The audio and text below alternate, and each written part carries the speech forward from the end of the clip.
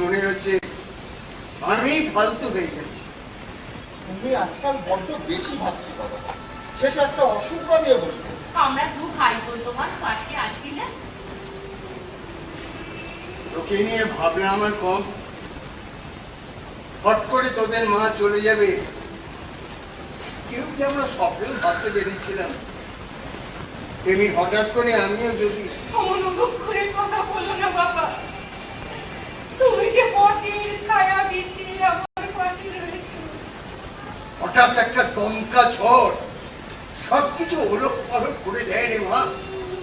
শেকড় সমেত বিশাল বট গাছও মাটিতে আছাড় করতে পারে, মানুষ তো কোন ছাড়।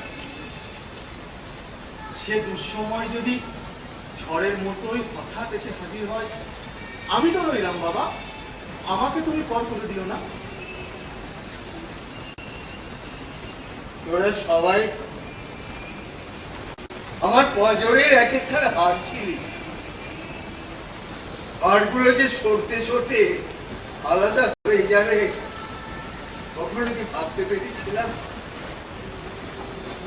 ননির ফোনে জানতে পারলাম মেজ বৌমার নাকি বাচ্চা হবে। তো সে কি ফিরে আসছে? এমনি এক নবজাতকের আসার সুখবর একদিন অফিসে বসে পেয়েছিলাম। তো দেখ, মায়ের কোল জুড়ে ভানু এলো। ননি ভানু আমাদের ঘিরে বেড়ে উঠতে লাগলো।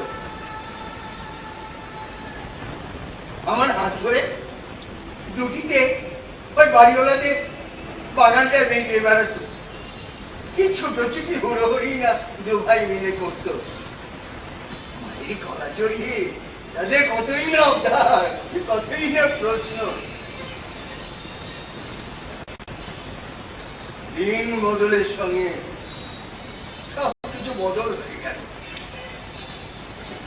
ভাগ হয়ে যেতে লাগলো, বাপ্পাও ভাগের হয়ে গেল। আমি তোদের কারো আশিকও বাবা নই। Not a full father, father divided by three.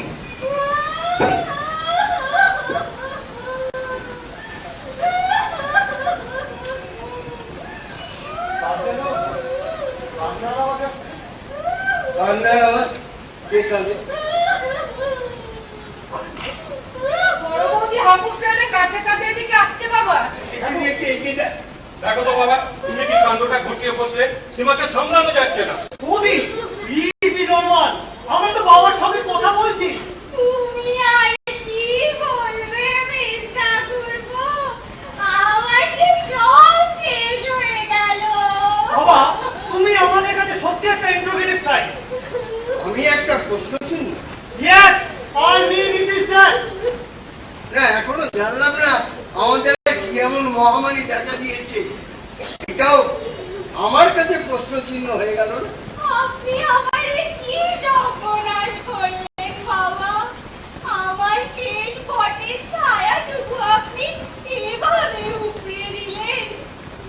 ওরে বেবি রে, তোকে যে আমি ছোট বোনের মতো মনে করতাম রে।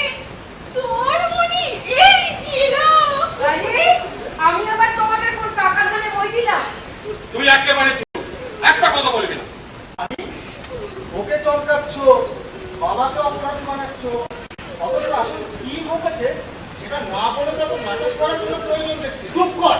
ছোট হয়ে বলছে কথা বলছে না বলে আজকে। ছোট কথা কি বোঝাতে চাও? আমরা বেবি? সে তো তোমার নামই সাক্ষী দিচ্ছে। তা আমিও কি শিশুর ক্যাটাগরিতে পড়ে যাচ্ছি নাকি এমন উগ্রপন্থী যে বাপ হয়ে ঘটনা জানা থেকে আমি বঞ্চিত? না না, তুমি কেন বঞ্চিত হবে? তোমার কাছেই আমাদের অভিপ্রায় জানাতে এসেছি। তা সেটি অনুগ্রহ করে নিবেদন করলে আমার